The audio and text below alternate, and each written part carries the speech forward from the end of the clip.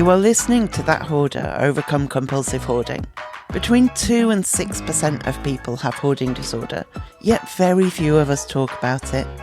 Learn about the condition from me, somebody who has it, as well as academics, therapists, and other experts I interview. Find out how to support the podcast at overcomecompulsivehoarding.co.uk/support. Finally, I am not a doctor, I'm just a hoarder doing her best. So do seek professional support if and when you need it. Hey, how are you?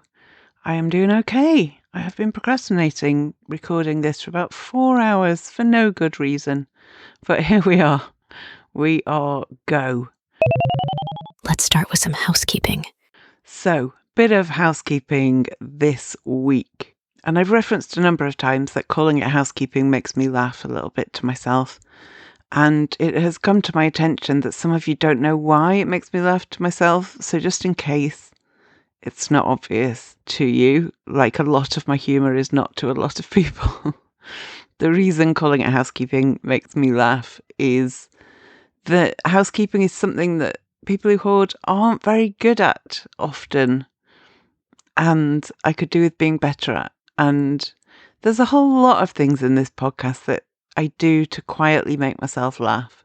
Whenever I do the angel sound after mentioning de-hoarding darlings, I do that because it makes me laugh. When I put outtakes at the end after the end credits, I do that because it makes me laugh. We've got to make ourselves laugh. We've got to laugh as much as we can, I think. And some of that is other people making us laugh, and some of that is us making ourselves laugh. So here's to laughter, and here's some housekeeping.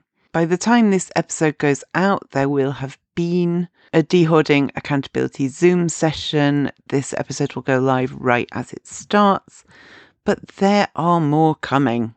So if you are keen to come along and de-hoard in the company of other people who hoard and have a nice chat with me and everybody else while we do it, the next two after today are the 1st of June and the 20th of June. That's a Sunday and a Friday.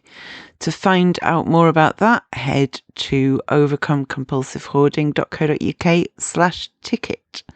The other bit of housekeeping is if you want to become a de-hoarding darling,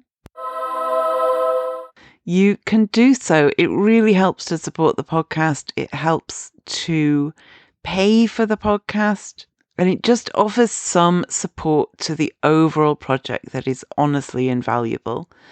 I fund it all myself, and any help in that respect is always very, very welcome. If you would like to become a de-hoarding darling, you get a written blog post every month for your eyes only that's got all kinds of bonus bits and bobs, including a Spotify playlist to help you get going with your de-hoarding. And just some things I've enjoyed in the month, a bit of an extra update from me, that kind of thing. To find out more about that, go to overcomecompulsivehoarding.co.uk/darling. So I've been thinking a lot lately about the phrase self-care and how it feels like doesn't really mean what it should mean. Going back 20 years, if a psychiatrist asked how your self-care was going, they literally meant, are you managing to shower? Are you managing to eat something nourishing? That kind of thing. And these days, self-care often means spending a lot of money and doing very extravagant things. And as somebody who's been unwell recently and having to put a lot of effort and attention into the way I treat myself and the way my days look in a bid to feel less traumatized and miserable, I've also been thinking a lot about what self-care can look like and should look like. And the truth is that doing the things I've been starting to do has been a genuine part of helping me to feel better. And none of it has involved expensive face creams or spa days or a new handbag. Because a lot of people are struggling, whether you've been bereaved, whether you've experienced trauma, whether you're in a deep depression and everything is exhausting, or you're in a state of high anxiety, or the worst combination, a state of high anxiety combined with deep depression. And things like experiencing hoarding disorder or living with or loving somebody who hoards, that's tough. It's tough stuff. It's exhausting to try and fix. There's a lot of work. There's a lot of thinking. There's a lot of decisions to make. There's a lot of emotional stuff to dredge through to try and get through it. And there are aspects of the world we're living in that are not feeling very kind and nurturing at the moment. And all of those things can combine to mean that we do need to take a little bit of extra care of ourselves sometimes. We do have to look after ourselves a bit more effectively, because living in a hoard is tiring and exhausting and stressful. Don't underestimate the stress that it causes, whether that's what feels like constant reminders of our failure, whether it's the adrenaline when somebody knocks on the door unexpectedly, whether it's constantly tripping over stuff. That's stressful as well as annoying, because it's just a constant reminder, again, of the thing that we're finding really hard. And while we might be doing our best to address that problem, and if you're listening to this, you're probably doing your best to address that problem. You might not feel like it's very impressive, but even if it's just listening to this and not doing anything, it's a step in the right direction. But we need to balance out some of that stress and that grief and that depression and that anxiety and that trauma and all of those hard things with some things that give our soul something it needs, and some things that look after ourselves a bit. And there's a lot of advice around about self-care, and there can be some really useful snippets and good bits of advice in there. Things that encourage you to think about your situation differently, or to do something positive for yourself, or to do something in more of a nurturing way. But if the self-care information we are hearing is all about something we have to buy, or something we have to spend money on, or something that's being marketed at us, that's not actually what the spirit of self-care should be about. So the way I'm starting to think of it in a more helpful way is of self-nurture. What can we do that nurtures us? The way I see self-nurturing is that it's deeper, it's more compassionate to ourselves, it's more sustainable, and also it's more personalised. Just because somebody on Instagram thinks that the way I should care for myself is by doing a particular thing doesn't mean it's true. But when I start looking inwards and asking myself, what would really nurture me right now? That is a lot more personalised and a lot more tailored to me. If we want a more sustainable approach to looking after ourselves, I'm going to talk about why thinking of it in terms of nurturing ourselves might be a good way to think about the things we can do that can help us to feel a tiny bit less miserable or rejected or sad or angry or terrified or whatever our overriding emotion is at the moment. So let's talk more about why the concept of self-care as it has become can be less than ideal. One is that it can feel like another thing to add to the burdensome list of things we're meant to be doing. Another should. I should be drinking 2.5 litres of water a day because that's what the magazine said. I should have an extensive skincare regime that I don't just buy all the stuff for and use for a week and then never touch again. It can get a bit overwhelming when everybody's telling us what we should be doing and we feel we should be doing it, but we're not, because it's not actually what we need or want. It can be very surface level, the concept of self-care. Like for some people, a bubble bath is genuinely nurturing, in which case, great. For other people, a bubble bath, fine, but doesn't really do anything for them. But if everybody's telling them that's how they need to look after themselves, they might feel they should and then also feel guilty when it doesn't actually help. Other things, going for a facial, going for a manicure, all of those things, if that genuinely brings you joy or brings you relaxation or gives you an hour to relax that you otherwise wouldn't feel able to do, then that's great. But if you're doing it because everybody's telling you that's how you look after yourself, but in reality it leaves you cold, what it's not doing is addressing what you actually need and doing anything about what you actually need in terms of your emotional needs, your physical needs, your psychological needs. It's quite disconnected and it stops you looking inwards because you don't need to look inwards if everybody's telling you what you need, whether that's correct or not. And then if we don't do those things, we can then feel guilty, like we're not doing it properly. And maybe we would feel better if we had a bubble bath, but actually we don't care about bubble baths. So we don't. Just exacerbates any sense of shame or failure that we've already got. And if you are struggling with your body image, maybe a spa day is the worst idea for you because you can't imagine walking around dressed in a towel all day. Maybe if everybody's telling you you need to do a face mask, but actually you go and buy a face mask and it joins the 350 other unused face masks on the side of your bath, that just makes you feel worse and not better. If you've got a bath that's full of clothes, you can't enjoy a bubble bath. And when you hoard, all of these can be real challenges and can make it feel like we're letting ourselves down by not doing the self-care that people are telling us we should be doing. So we're failing. And also it exacerbates the shame of, this is my fault that I can't have a bubble bath because my bath is full of unwashed clothes that I thought was a good idea 3 weeks ago to deal with the laundry, and now I just don't know what to do. And none of that nurtures you. None of that makes you feel any better about yourself. And we can't ignore that self-care has become this very marketed consumerist thing.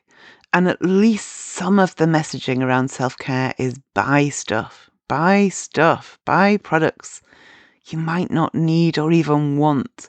Self-care's become very commodified. It's an experience based around products and services, and it encourages spending money on luxury stuff or frivolous stuff. And that pressure to consume and to buy and to spend, if you can't afford to do that, if you can't access those products or services, can really add to a sense of feeling inadequate or feeling like we're not good enough or feeling like we're failing, all of which are fears that are very common already in people who hoard. And when we are focused on what do we need to buy to care for ourselves, it is self-care for me to buy a new outfit. It is self-care for me to get that handbag. It is self-care for me to buy all those beauty products. That's feeding the need that some people who hoard have to acquire. But also it keeps our focus on those external things rather than what we might actually need internally that will actually nurture us rather than just make our fingernails pretty. Self-nurture, on the other hand, is often free or low cost. It is not reliant on buying, spending, and it refocuses our minds on what we need, what I need as a person, what you need as a person, not what the magazine or the influencer or the website is telling us we need, with an affiliate link so that if we buy it, they get a cut. And if our ideas for self-nurture involve doing something, we can usually do it without acquiring new stuff. If you want to become a runner to nurture your body and mind, you do that by running, not by buying trainers and shorts and specialist tops to run in. If you want to read more to nurture yourself, you can read what you've already got, or you can go to the library. Self-nurture, even when it involves an activity, doesn't have to involve spending or acquiring.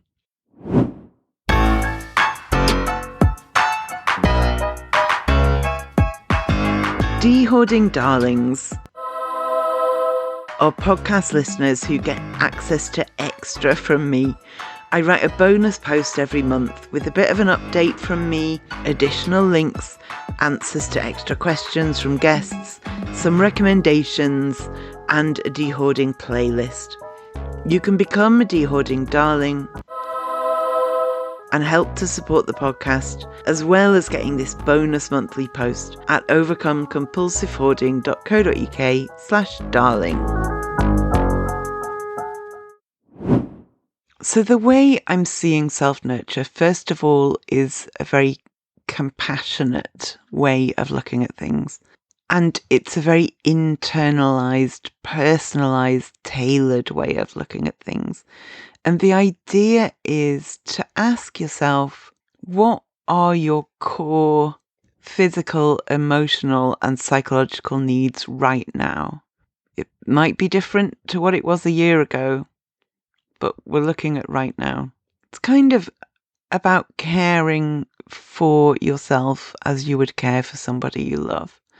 So if you're not drinking a lot of water, self-care traditionally might involve ticking off on a list when you've drunk enough water and maybe yelling at yourself at 6 o'clock in the evening if you've only drunk one glass so far. Whereas self-nurture is more about focusing on how much better we might feel if we were actually hydrated. It's focusing on, I'm going to do this because I do feel I would actually benefit from it. I talked in a previous episode about feeling your feelings, about how I'm doing all of these self-nurturing things, often reluctantly. For me, often that is things like sitting in the sunshine with a cup of tea for 10 minutes. That I sometimes even have to force myself to do that, and there's nothing to not like about that. Other things I'm finding beneficial that are really nurturing me are like going out into nature, going out into the countryside, looking at the trees, looking at the plants, looking at the flowers, looking at the wildlife. Every time I have to force myself to do it with a lot of, oh, I hate this. Why am I doing it? This is so annoying. And then I get there and my soul and my heart fill up with goodness, and that's why I do it. And so it's not like self-nurture is always really plain sailing. It's not like you necessarily identify what your body or your mind needs and then skip there happily. But if I think of it as, how would I encourage somebody I love to do something that we both knew would make them feel better, that helps. And so we're talking about compassion for ourselves. And that can be really hard. I'm trying to practice it regardless of whether I want to or not. Even if I don't feel I'm deserving of compassion, I'm trying to treat myself with compassion anyway. Trying to treat myself with kindness anyway. Even if I think it's pointless and I don't deserve it. Asking ourselves what we actually need is another core aspect of it. For me, currently, nature, good food, connection with my friends. Those are the things. Also creativity. I've talked about doing this colourful visual journaling. I know it's really good for me. It's helping me work out a lot of things that I've been stuck on for a long time. It's also validation, self-nurturing. It's some of what I'm working on is a lot of self-acceptance, really. I might have a feeling or an emotion or an experience I don't like, and I'm trying to be really accepting of myself and of that feeling or emotion. Just kind of recognize it's there, say hi, don't fight it. Some of it is about building a sense of emotional security for ourselves as well. This might not feel brilliant, or it might feel brilliant, but is it actually good for me? Will it help me to feel more secure in myself or in my relationships or in my life or in my work? What can I put in place that will help to build that sense of emotional security? And for me, absolutely built into all of this has to be a gentleness. So for me, as I said, connection with my friends is vital. I'm also full of a lot of self-criticism about how much they definitely won't want to hear from me and how everything I say and do is wrong. So all of those different factors come into play. So I'm aiming for connection, and then I'm very self-critical about it. So I'm trying to treat that with compassion, first of all, treat myself with a bit of kindness, give myself the benefit of the doubt. I'm trying to treat it with validation in the sense that I acknowledge that that's how I feel without indulging in proving myself right or wrong. I just kind of recognize and acknowledge and then validate along the lines of, I know I'm feeling this and that's hard. What can I do that will make this feel a bit less hard? And when I think of it in terms of the security aspect, the emotional security aspect, I'm doing things like weighing up, will I feel more emotionally secure if I reach out to this friend and risk being misunderstood or being annoying? Or am I building more emotional security if I isolate myself and never speak to anybody again? And the truth is that reaching out and building those connections is definitely a lot more of a move towards emotional security than it is a risk. And all of that with gentleness, treating myself with the acceptance that small steps matter, progress is happening, focusing on the small benefits, the small things I achieve, the small wins I have. None of this is about dramatic fixes, sadly. I wish one of these weeks I could show up and go, I've found it. I've found the fix. But as it is, I haven't. And so until that happens, and clue, it never will, it's about this is one bit of the jigsaw. And last week's episode is another bit of the jigsaw. And the previous week's episode might be another bit of the jigsaw. And eventually we've got enough of a picture to start to really understand and make progress. So when we are trying to decide what to do, when we are trying to decide what we can do that might make us feel better, asking, will this nurture me emotionally? Will this nurture me psychologically? Will this nurture me physically?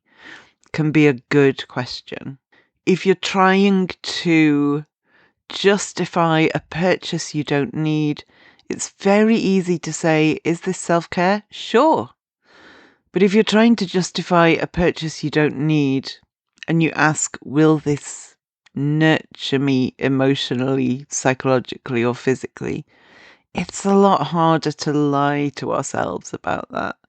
We can start looking for ways to regulate our own emotions and to nurture ourselves through difficult feelings and difficult emotions in ways that don't involve holding on to objects forever or acquiring new objects or clinging on to physical stuff. We can start asking ourselves, what activities and thoughts and exercises and routines will nurture me in a way that will support ultimately recovery, which is a big word for a big thing. But this idea I've got, this idea of something that might help, will it nurture me towards that place?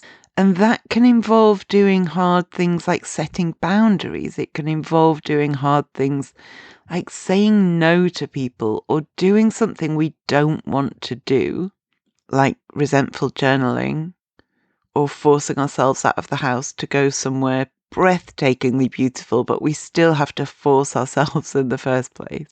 And it can be hard if we have a gut reaction of, I don't want to. It can be hard to unpick whether that's a protective thing. Maybe I don't want to because it's a bad idea. Or whether it's something we should try through gentleness and compassion to do anyway, because ultimately it is nurturing and positive and good for us. So if we're forever tripping over a bag on our way out of the bedroom, we might not want to declutter the things in the bag, but the nurturing thing might actually be to declutter the things in the bag, because then we do less tripping up and we're less annoyed with ourselves every single morning when we trip over it again. And we make it easier to exit our home in an emergency, and we're one step closer to where we want to be. That's the kind of thing we might have resistance to, but is actually a nurturing thing to do. Using grounding techniques or mindfulness techniques can be a good way to manage difficult emotions in a way that is more nurturing than what our typical responses might be, which might be something self-destructive or might be something externally destructive or might be that we repress them or force them away. And working a lot of that out can involve mindfulness as well, taking a moment to say, what is actually going on? Let me look at the thoughts and feelings going through my head. I'm going to be as neutral as I can and just identify what's up, what's going on there. The connection side of it can involve friendships or family, but it can also involve support groups or therapists or social groups. Go to a knitting club or go to a book club. Those connections are incredibly valuable. Even if you're nervous, even if you don't know anybody, even if you don't speak the first time you attend, it's a start. And if you're full of negative self-talk, and if your inner critic is noisy and aggressive, I've done some previous episodes about the inner critic, and I've been on quite a journey with mine. But approaching that with compassion, much as that's counterintuitive, because this thing is a constant source of abuse. And so the idea of approaching that with a compassionate, what do you actually need? What are you trying to tell me? Feels wrong. I got to a point, though, where I realised I'd spent 40 odd years reacting to my inner critic with either agreeing with it, I am terrible, or arguing with it. And neither of those things made it shut up. So maybe it was time to look at different approaches and to say, okay, you're clearly trying to tell me something. Let's try and unpick what that is. When we do achieve something, however big or small, little celebrations of ourselves, of our progress, honouring what we've achieved can be incredibly nurturing, can be incredibly beneficial. And using the tools we've already got, whether we've had therapy or read good books or picked up things from this podcast or got an idea from a friend, if you already know that bubble baths make you feel very, very, very self-conscious, but a really hot shower does something really calming to you, then do that. If you already know that when you can't stop your head spinning with panic, going for a walk round the block does miraculous things to settle that down, then do it. If you already know that this grounding technique doesn't help you, but this one does, then you've got that. I've talked before about how I have like a mental image of a toolbox with all these different tools in that I've picked up over the years of this helps in this situation and this can help but doesn't always. And sometimes if I'm flailing a bit and not sure how to deal with a particular feeling or emotion or experience, I visualize opening up my toolbox and looking through it and going, oh yeah, there is that thing actually that's helped before. And we can all build our own toolkits. And the good thing about them is they grow and grow and grow as we grow and grow and grow. And as we understand ourselves better and we understand our triggers better and we understand our reactions to things better, the more appropriate and personalized and tailored tools we can keep in our toolbox. Because this is all really unique to us. For me, going to beautiful scenery helps to settle something in my psyche. For you, it might do nothing at all, and that's fine, because the thing that settles you is the thing that settles you. So how can you think about, first of all, being more compassionate and gentle with yourself? Secondly, identifying what you need emotionally, physically, psychologically. And thirdly, nurturing yourself in the ways you need, even if you have to sometimes gently nudge yourself to actually do it, even if you sometimes have to pull a face and do it resentfully. What can we all put in place that will help us through this marathon that we're trying to put ourselves through for really good reasons, for self-nurturing reasons? Whether that's that we want our environment to be nicer or whether it's that we're trying to avoid eviction. Thinking about those elements of validating yourself, offering yourself compassion and gentleness, seeking out connection, and building emotional and psychological security into our lives so that we don't just try and remember what they are in a crisis, but so that they nurture us all the time, and so we have a better buffer in place when a crisis does hit. It might involve therapy, it might involve a support group, it might involve resentful journaling, it might involve meditation, mindfulness, gardening, going for a run, or finding a job you don't hate. But the more we can understand ourselves and the more we can work out that will help us, the better equipped we are for whatever life throws at us. Because this can be a vital tool for getting us through this in one piece. And even a tiny step towards nurturing yourself is better than no tiny step. If you could take a leap, even better. It's top tip time. So I have a top tip for you this week, and in this slot I sometimes give a top tip and other times I do a shout out to a podcast that has said something wise or helpful or funny. And if you have a top tip that you think listeners would like to hear or would benefit from, do drop me a line and let me know what it is. You can always email me at info@overcomecompulsivehoarding.co.uk. But my top tip this week, I wanted to give my dishwasher a proper clean. It had been some time since I had done that, and I was just a bit aware of that. But I was also a bit resentful about how expensive the specific dishwasher cleaner kits are that you can get. So I will tell you what I did instead, and I have a beautifully fresh and sparkling dishwasher as a result. And it cost pennies. So the first thing I did was I took the basket out and I cleaned the filter, which is a deeply unpleasant thing that we have to do periodically, but that was good. Then I got a glass jug and I put into it some white vinegar, the really cheap stuff, not the expensive like for salads vinegar, but the basic white vinegar, into this jug. I would say about half a litre, about 500 millilitres of white vinegar. and I put the jug with the white vinegar on the rack of the dishwasher. And then I ran the dishwasher, just a normal cycle, so that as the sprays sprayed water, the vinegar was gradually released into the dishwasher.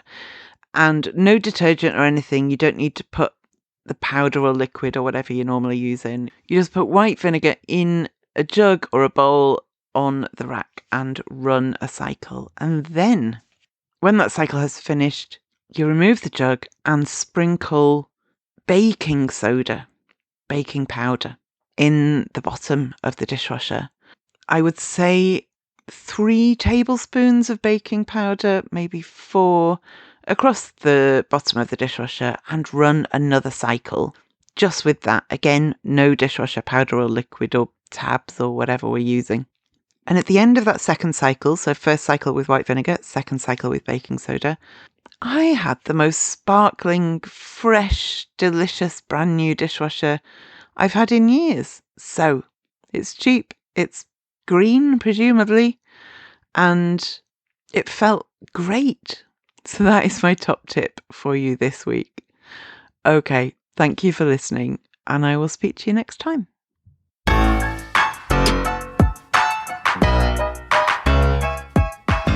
Thank you for listening to that Hoarder Overcome Compulsive Hoarding podcast. It's been a pleasure to have you on board. You can find all the links I've mentioned and a transcript of the episode online at overcomecompulsivehoarding.co.uk. To find out more about how you can support this podcast and the overall project, go to overcomecompulsivehoarding.co.uk/support and do subscribe to the podcast so you make sure you don't miss any future episodes. There may be links in this podcast that earn me money. This doesn't come at any extra cost to you if you make a purchase through those links, and it helps to support the podcast.